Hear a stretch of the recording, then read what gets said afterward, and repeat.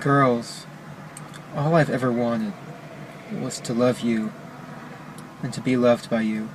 He called it love, but mentally ill UC Santa Barbara killer Elliot Rodger despised women. Fascinated, fixated, and fearful of sex, as well as insecure and lonely, he writes in his lengthy diatribe that women are vicious, evil, barbaric animals who should be quarantined in concentration camps and deliberately starved to death. And then experts say he does what misogynists do. He blames women for his actions. That creepy video that he made, where one of the points he wanted to make was that it was the women's fault that he was going to explode in violence. That is exactly what abusive men say all the time. The New Republic called the murders misogynist extremism.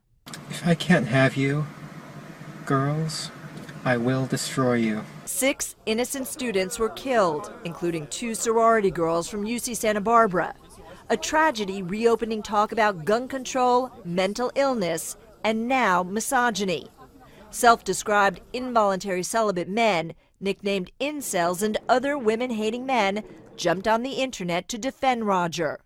The so-called manosphere lighting up with things like, quote, legalized prostitution could easily prevent at least some of these killing sprees. Another blogger blaming the shooting on, among other things, women's right to vote, wear what they want, and even have sex. The National Organization for Women's Terry O'Neill says gender, discrimination, sexism, and hatred of women or misogyny by certain men are all part of the same spectrum. There's clearly a linkage there. There's a sense of entitlement that gets expressed and by men to women's, saying to women, you step aside. Some women, like Karen Agnes, say sometimes the issue is simply bad behavior.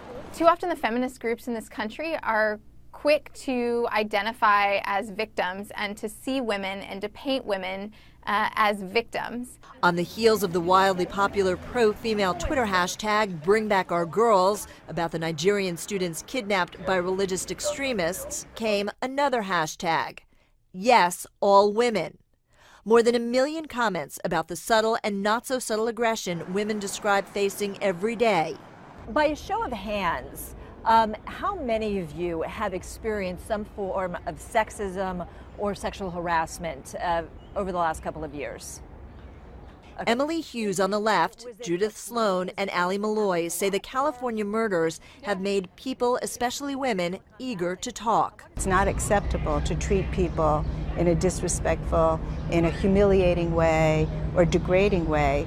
Then you have to address it. And I think that it's like popping a cork on a bottle. It's been sitting there for a long time. Allie Malloy, a CNN news assistant, told NYPD officers she was groped by a stranger in a pharmacy chain store and that the 2 male store clerks stood by and laughed. One has been fired. It was the most extreme thing that's happened to me, but that's definitely not the only form of harassment I've encountered. Emily Hughes used the hashtag #YesAllWomen, writing, because every single woman I know has a story about a man feeling entitled to access her body.